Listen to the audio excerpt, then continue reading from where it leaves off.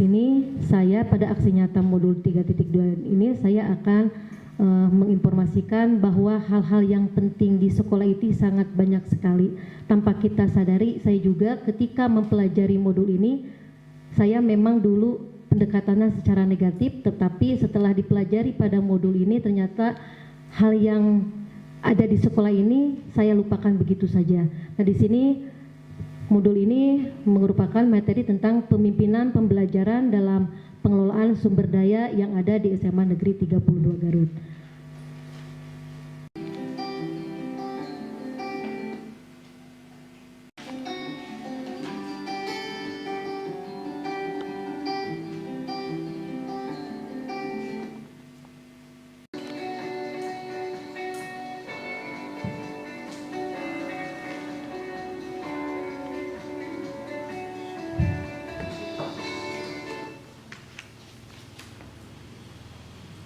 Merupakan suatu ekosistem. Nah, tadi sudah disinggung oleh Bapak bahwa di sekolah kita itu termasuk pada ekosistem.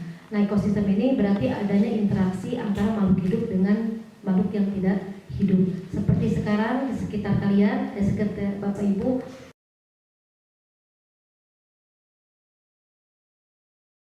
interaksi kita, bagaimana kita ke depannya.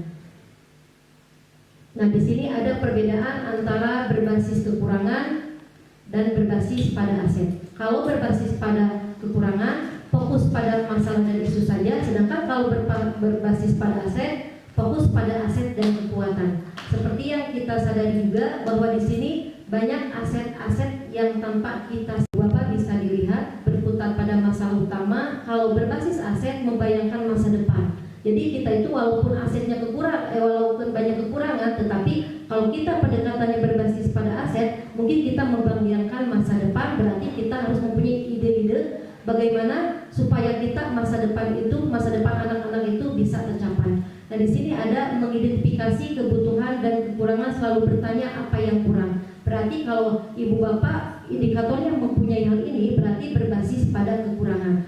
Kalau Ibu Bapak memikirkan hal yang seperti ini, fokus pada aset, membayangkan masa depan, berpikir tentang kesuksesan, mengkoordinasi kompetensi, merancang sebuah rencana, melaksanakan rencana aksi yang sudah diprogramkan, berarti itu merupakan berbasis aset.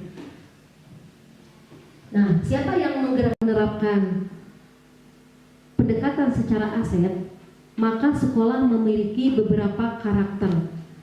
Karakter yang pertama, sekolah harus dibangun dengan melihat kekuatan, potensi, serta tantangan. Kalau kita pendekatan secara aset, berarti sekolah harus dibangun dengan melihat kekuatan ada dalam diri guru, kekuatan dalam diri anak juga bisa dilihat, potensi anak juga, serta tantangan yang akan dihadapi. Nah, yang kedua, kekuatan sekolah berbanding lurus dengan tingkat keberagaman keinginan unsur sekolah yang ada, di mana masing-masing unsur menyumbang aset dan kemampuan yang dimiliki untuk sekolah yang lebih baik.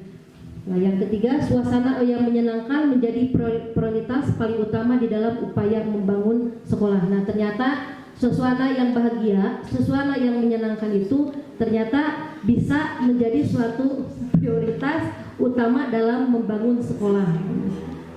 Nah, selanjutnya di sini kepemimpinan lokal dan pengembang serta pembaruan kepemimpinan tersebut secara terus-menerus. Nah, di sini ada 7 aset sekolah. Kalau kita mendekati pendekatan secara aset, bahwa sekolah kita itu mempunyai 7 aset sekolah. Yang pertama ada modal finansial, modal manusia, modal sosial, modal politik, modal agama dan budaya, modal fisik dan modal lingkungan.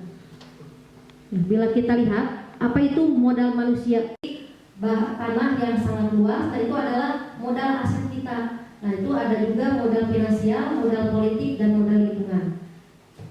Nah, kita identifikasi, kita sebutkan apa saja aset utama yang ada di SMA Negeri 32 Garut. Dari yang tadi kita lihat modal manusianya. Berarti modal manusia itu siapa? Guru. Itu adalah modal manusia. Yang pertama, terdapat 28 guru memiliki sertifikat pendidik sehingga lebih kompeten dalam pembelajaran. Yang kedua, terdapat 6 ASN dari total 28 guru sehingga kualitas pembelajaran kependidikan. Terdapat KPU yang dapat melakukan pengelolaan administrasi yang baik. Nah, di sini juga kita mempunyai modal manusianya adalah komite. Nah, komite itu sangat berkooperatif dalam membantu program sekolah. Apabila kita mempunyai program, pasti kita selalu melibatkan komite. Untuk apa semua itu? Untuk kelancaran program sekolah. Nah, di sini juga ada orang tua. Orang tua itu adalah modal manusia. Modal manusia ini keterlibatan dalam membantu program sekolah.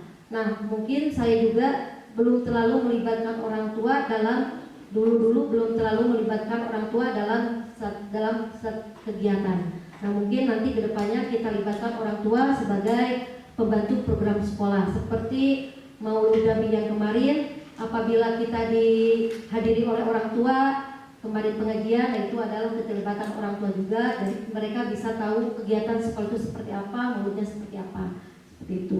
Nah, selanjutnya pengawas. Nah, modal manusia yang selanjutnya adalah pengawas.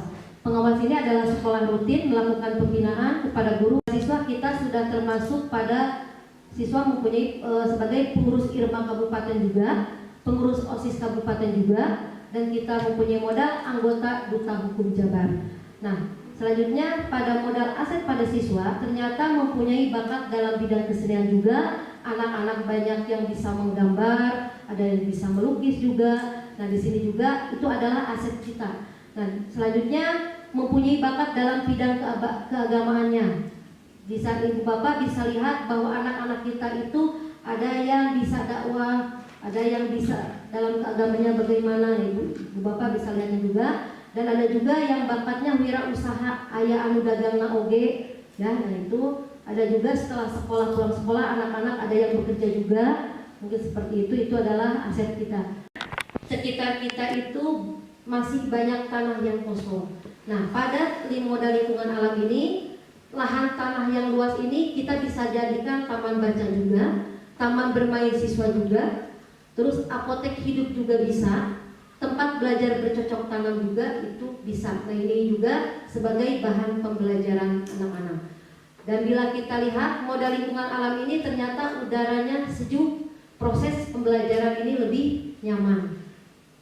Lingkungan alam kita di sekolah adalah daerah pegunungan. Proses pembelajaran itu lebih nyaman dan tidak bising. Nah, ini adalah aset modal yang kita miliki. Dan selanjutnya adalah modal politik, strategi atau kerjasamanya. Nah, kita dari dulu sudah bekerja sama dengan puskesmas, kepolisian, sekolah SMP, desa, dan masyarakat. Nah, ini adalah modal yang paling penting dalam kehidupan kita sebagai guru atau ekosistem yang ada di sekolah. Nah, di sini modal politik kita sudah bekerja sama dengan puskesmas, dengan kepolisian juga, dan SMP pun kita dengan politiknya itu strategi kerjasamanya memperkenalkan sekolah kita, promosi juga, terus kita harus melakukan kegiatan di desa juga, kegiatan ketika melaksanakan kegiatan sekolah mungkin kita selalu mengundang dari desa juga. Terus masyarakat kita harus ada bakti sosial dan memperkenalkan kegiatan di sekolah. Nah, ini adalah modal politik yang ada di SMA Negeri 32. Nah, di sini saya ada satu program tentang pengelolaan program yang berdampak pada murid, menumbuhkan profil pelajar Pancasila dengan berwawasan lingkungan. Nah, di sini saya ambil programnya yaitu GIPSI, Gerakan Inovasi Pengelolaan Sampah Inovatif. Nah, kenapa saya mengambil program ini? Yang pertama, siswa supaya kita juga, guru juga tidak siswa saja, kita menyadari ada kesadaran yang mendalam dulu. Nah, ada kesadaran mendalam ini adanya kesadaran murid akan lingkungan yang ada di sekolah. Tidak hanya murid saja, tetapi guru juga harus menyadari bahwa kita harus mencintai lingkungan yang ada di sekitar sekolah. Yang kedua, adanya pemikiran yang mendalam. Nah, jika seseorang memahami dasar sebuah persoalan, maka orang tersebut akan memiliki solusi terhadapnya. Bila ibu bapak melihat di sekitar sekolah kita, mungkin hal yang paling terkecil dulu yaitu adalah tentang sampah. Sampah itu adalah hal yang terkecil tapi berdampaknya sangat besar. Nah, di sini maka kami melakukan program ini, Gerakan Inovasi Pengelolaan Sampah Inovatif, dan selanjutnya kebiasaan murid. Nah, biasanya murid itu dari hal kebiasaan yang pernah dia lakukan nanti akan terus-menerus dia lakukan walaupun sudah keluar dari sekolah. Nah, dengan gerakan inovasi pengelolaan sampah inovatif ini mungkin kita bisa menyadari kebiasaan-kebiasaan murid kalau melihat sampah itu harus bagaimana. Nah, itu. Terus selanjutnya tujuannya. Kenapa tujuan program ini harus ada? Yang pertama untuk memberi edukasi kepada anak didik kita juga sama. Terus yang kedua untuk mengurangi sampah di lingkungan sekolah. Yang ketiga untuk mengelola sampah dengan 3R. Yang keempat mengolah sampah organik menjadi kompos. Yang kelima menanamkan rasa peduli, kesadaran lingkungan dan menumbuhkan keterampilan. Yang keenam membentuk karakter profil pelajar Pancasila. Yang ketujuh membentuk bank sampah. Nah, ini adalah tujuan program kami. Nah, bentuk kegiatannya itu seperti apa GIPSI itu? Yang pertama, pembuatan biopori sampah di halaman belakang sekolah.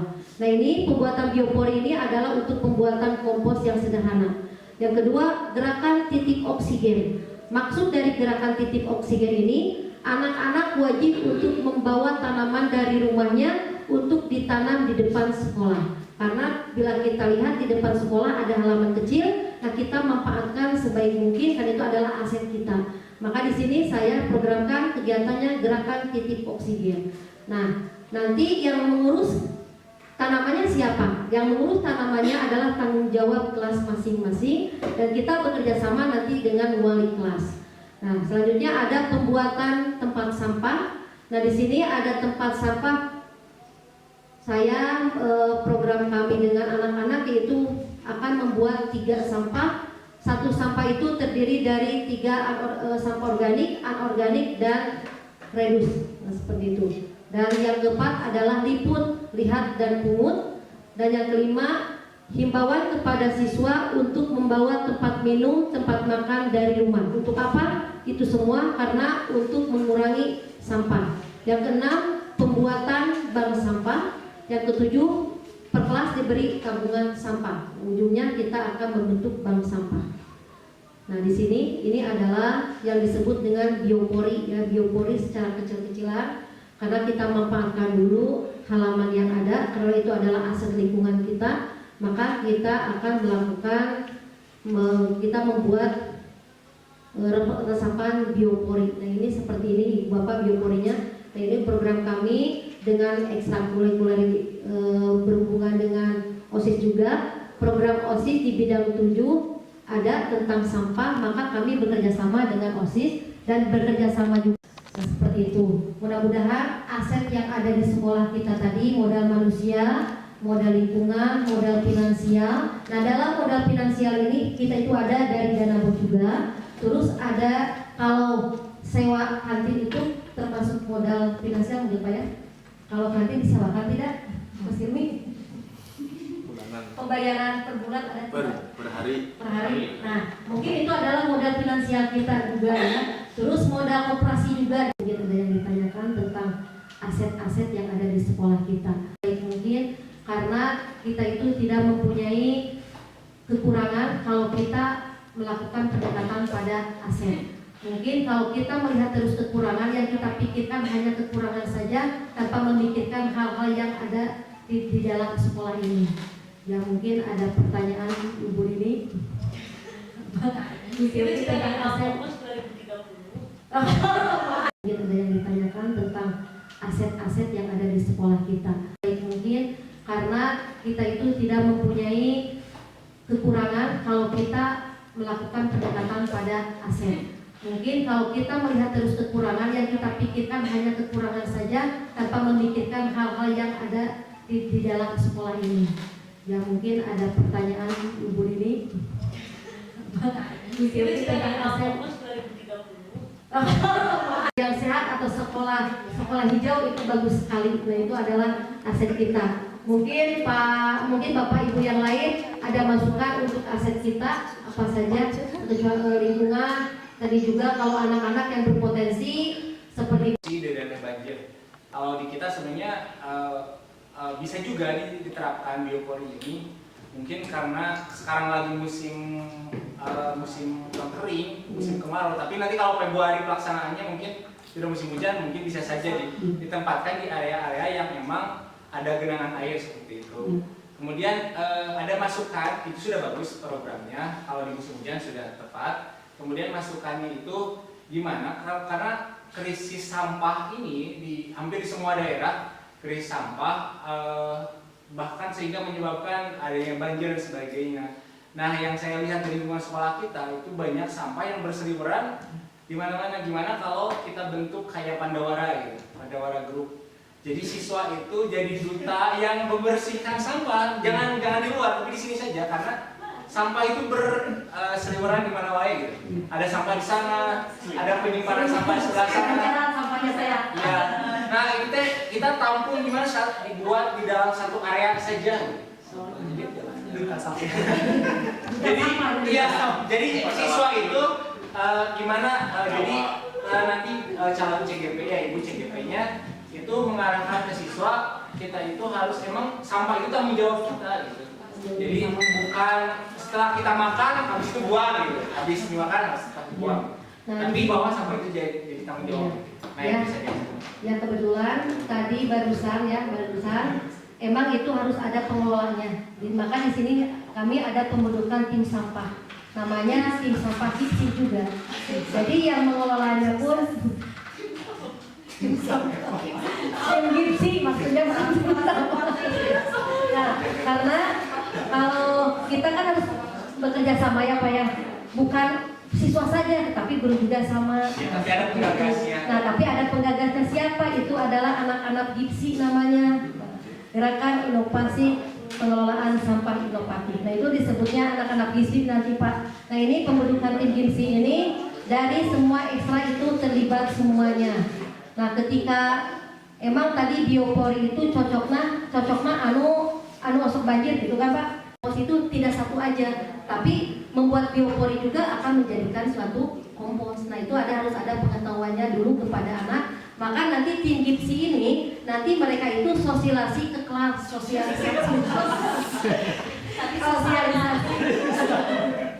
Jadi nanti anak-anak Gipsi ini akan sosialisasi ke kelas-kelas tentang mengenai sampah. Bukan langsung gini, anak-anak buang sampah pada tempatnya ya, bukan. Tetapi mereka itu dibekali dulu pengetahuannya. Jadi nanti ada rapat tim. Nanti saya dengan Pak Ujo juga akan memberikan pengetahuan pada anak juga bagaimana cara penyampaian, bagaimana cara sosialisasi anak, apa materi yang harus disampaikan ya sosialisasi pada anak, dan apa yang harus disampaikan kepada kita juga sebagai guru sangat terlibat mengingatkan anak-anak ataupun mengingat diri sendiri juga seperti itu. Mungkin salah mau dari tadi berpikir masa depan, jadi tadi Oktober 2017.